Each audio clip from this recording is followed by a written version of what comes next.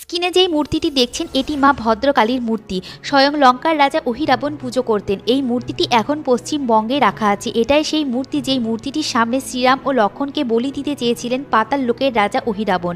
পাতাল লোকে শ্রীরাম ও লক্ষণকে মুক্ত করতে যখন হনুমানজি যায় তখন মা ভদ্রকালী হনুমানজিকে আদেশ করে তাকে যেন পাতালপুরী থেকে নিয়ে গিয়ে কোনো সিদ্ধভূমিতে প্রতিষ্ঠা করে। কৃত্তিবাস রামায়ণ অনুসারে সেই মূর্তিটি রাখা আছে বর্ধমানের ক্ষীরগ্রামে, যেখানে মা সতীর পায়ের আঙুল পড়েছিল, যেটি 51 শক্তিপীঠের মধ্যে একটি পীঠ।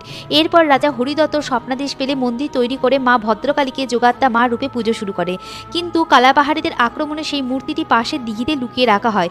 বছরে একটিবার এই মূর্তিটি দিঘি থেকে তুলে পুজো করে আবার দিঘিতে রাখা হয়, কিন্তু আশ্চর্য রূপে একদিন সেই মূর্তিটি অদৃশ্য হয়ে যায় এবং অন্য মূর্তি প্রতিষ্ঠা করা হয়। কিন্তু পরে স্বপ্নাদেশে জানা যায় পুরনো মূর্তিটি দিঘিতেই আছে এবং সেই মূর্তিটি তুলে আবার মন্দির নির্মাণ করে প্রতিষ্ঠা করা হয়। কিন্তু হনুমানজি পাতালপুরী থেকে যে সুড়ঙ্গ দিয়ে আসে সেই সুড়ঙ্গ এখনও বর্তমান।